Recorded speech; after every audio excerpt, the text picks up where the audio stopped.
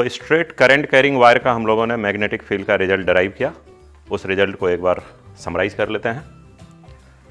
अगर अपने पास एक करंट कैरिंग वायर है आई, और मैग्नेटिक फील्ड अगर इस वायर के लाइन पे आ गया, फिर तो डायरेक्ट जीरो बोलना है। लेकिन अगर पॉइंट वायर से हटके है, तो एक पॉसिबिलिटी है कि ये जो वायर का दोनों एंड है इसके बीच में इस साइड में कहीं हो, और एक पॉसिबिलिटी है कि बाहर हो। तो वो दोनों केस को हम लोग इंक्लूड करते हैं। तो सपोज पॉइंट P अगर इसके दोनों एंड को ज्वाइंट किया जाए,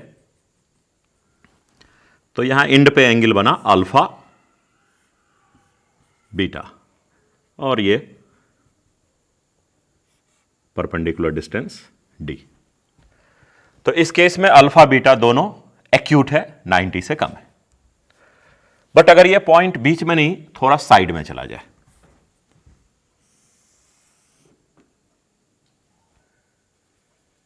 समथिंग लाइक दिस, तो ये करंट कैरिंग वायर हो गए। अगर इस वायर को डॉटेड से एक्सटेंड करें, तो यहां से हम लोग परपेंडिकुलर डिस्टेंस D फाइंड कर सकते हैं। और वायर के दोनों एंड को अगर ज्वाइंट कर दिया जाए, तो वायर के बेस पे जो ये एंगल बना, one angle is alpha, another is beta. So current I perpendicular distance D, और वायर के एंड पे एंगल अल्फा बीटा।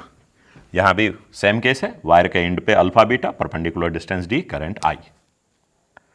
फर्क यह है कि यहां पे अल्फा बीटा दोनों एक्यूट है, लेकिन यहां पे अल्फा एक्यूट है और बीटा ऑब्ट्यूज है। तो B का रिजल्ट हम लोगों ने डिराइव किया, μ0 by 4 pi I by perpendicular distance D cos alpha plus cos beta.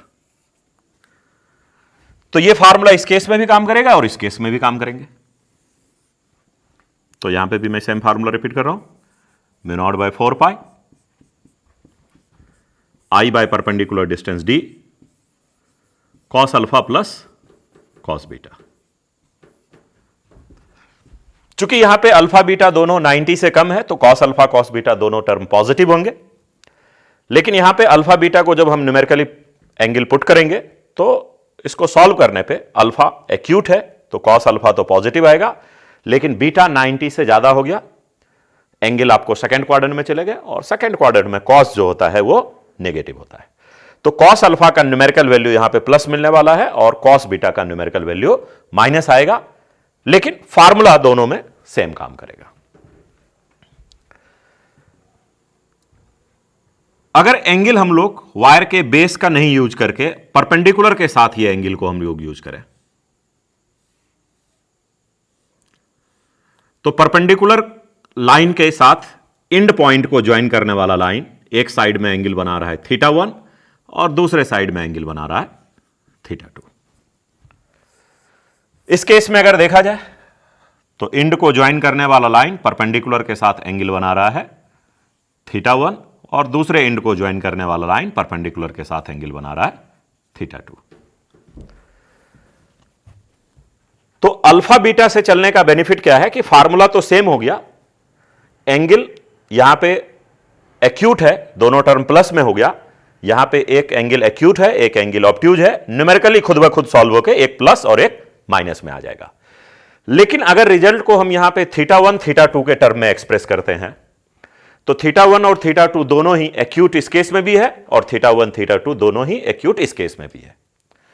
इसका मतलब यहां पे कोई भी एंगल सेकंड क्वाड्रेंट में जा नहीं रहा है, साइन तो हमें क्वाड्रेंट के अकॉर्डिंग वैल्यू लेंगे नहीं, तो यहां पे हमें साइन θ1 θ2 में साइन को हमें यहां पे यूज करना पड़ेगा, किस केस में हमें प्लस लेना है, किस केस में माइनस लेना है। बेसिकली अगर परपेंडिकुलर के साथ दोनों साइड में देखा जाए, इस केस में देखा जाए, तो एक साइड θ1 इधर गया, θ2 इधर हो गया, तो दोनों पार्ट का मैग्नेटिक फील्ड का कंट्रीब्यूशन हो रहा है। तो इस केस में साइन कॉस के जगह पे पहली बात तो साइन यूज होगा, क्योंकि थीटा और अल्फा दोनों का सम क्या है 90 डिग्री। तो अगर हम लोग अल्फा बीटा के बजाय θ1 और θ2 में जाते हैं, तो ये कॉस नहीं होकर साइन यूज हो जाएगा, क्योंकि अल्फा को हम लोग पुट कर सकते हैं 90 माइनस θ1, तो कॉस अल्फा के प्लेस पे 90 माइनस थीटा 1, तो 90 माइनस थीटा 1, तो कॉस 90 माइनस थीटा 1 साइन में कन्वर्ट हो जाएगा। तो सेम रिजल्ट को अगर हम लोग थीटा 1 थीटा 2 के टर्म में रखते हैं तो ये रिजल्ट आपको कॉस के बजाय साइन में कन्वर्ट हो जाएगा। तो now this result is, we can write mu naught by 4 pi constant, current I, perpendicular distance D, but अब कॉस नहीं होके अगर हम लोग यहां का एंगल यूज करेंगे तो साइन यूज हो जाएगा, sign theta 1 plus sine theta 2। Simply इसी कॉस के रिजल्ट में अल्फा के जगह पे 90 माइनस थीटा 1 पुट किया और बीटा के जगह पे भी 90 माइनस थीटा 2 पुट किया। तो कॉस में अगर आप 90 माइनस थीटा को सॉल्व करेंगे तो साइन का केस आ गया। लेकिन इस केस में अगर अल्फा की बात करें तो 90 माइनस थीटा 1 होगा, लेकिन बीटा की बात करें तो 90 माइनस थीटा 2 ये वाला पार्ट ऑफ एंगल होगा, 180 माइनस बीटा। तो इस केस में इस रिजल्ट को सॉल्व करने से mu naught by 4 pi I by D, ये पार्ट तो सेम रहेगा, लेकिन जब ये रिजल्ट साइन में कन्वर्ट होगा तो साइन थीटा 1, लेकिन यहां पे प्लस नहीं होके sign theta 1 minus sine theta 2 हो जाएगा। आप लॉजिकली भी समझ सकते हो कि परपेंडिकुलर के साथ देखा जाए तो एक ही साइड में थीटा 1 है और उसी साइड में थीटा 2 है। इसका मतलब इस लेंथ तक का जो वायर होगा उसका जो मैग्नेटिक फील्ड का कंट्रीब्यूशन हुआ और इस लेंथ का जो वायर होगा उसके मैग्नेटिक फील्ड का कंट्रीब्यूशन माइनस होगा, क्योंकि इस साइड में वायर नहीं है। तो इसलिए mu naught by 4 pi I by D, sine के टर्म में जाने में इस केस में ध्यान रखना पड़ेगा sine theta 1 minus sine theta 2, लेकिन इस केस में क्या हो गया sine theta 1 plus sine theta 2। Cos के टर्म में दोनों केस में same result, cos alpha plus cos beta, cos alpha plus cos beta. यहां पे कॉस टर्म खुद सॉल्व होके ये दोनों न्यूमेरिकली पॉजिटिव होगा, लेकिन यहां पे ये न्यूमेरिकली एक पॉजिटिव होगा, एक न्यूमेरिकली नेगेटिव होंगे। और साइन चूंकि दोनों एंगल 90 से कम है तो यहां पे दोनों न्यूमेरिकल वैल्यू पॉजिटिव होगा, लेकिन अगेन यहां पे आप देख सकते हो माइनस के साइन से यहां सब्ट्रैक्ट हो जाएगा और यहां पे प्लस के साइन से ऐड हो जाएगा। तो ये दोनों इंपॉर्टेंट केस है, इस रिजल्ट को ध्यान रखने हैं।